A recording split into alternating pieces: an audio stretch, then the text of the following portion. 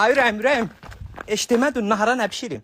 Nə bilim axı, get gör nə mənə vardı, pişir gətir day. Çəşb, hətmən. Oğul!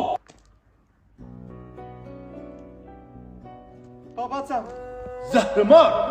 Mən sənə neçə dəfə demişəm. Kişi kişilik eləyər. Arvad dişilik eləyər. Sən kişisən. Sən bizim nəslimizi yerə verdin.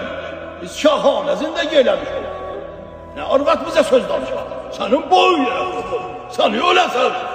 Babacan, sözün düzü bu ev ki görəysən, bu alıbdı. Sürdüğüm maşını bu veribdi. Karxanada işlədiyim yer bunlarındır. Çarə yoxdur. Məcburam. Yox ada. Gəldi. Get. Hanımın yanında əyləşkinlər. Mən düzünü vurmuşam demə. Şabablar da süt gətirdi ya. Yaxşı ne? Oğul. Məni xanıma sifariş eləcini. Mənim o məzar daşım. Neçə əldə heç kəs orada məni tanımaya soruşanlar. Sən Allah onu denən əvəz eləsin. İki tərəfi olsun ha, o qəşərlərdən. Bura Misir yoludur, şıngılın anay nanay.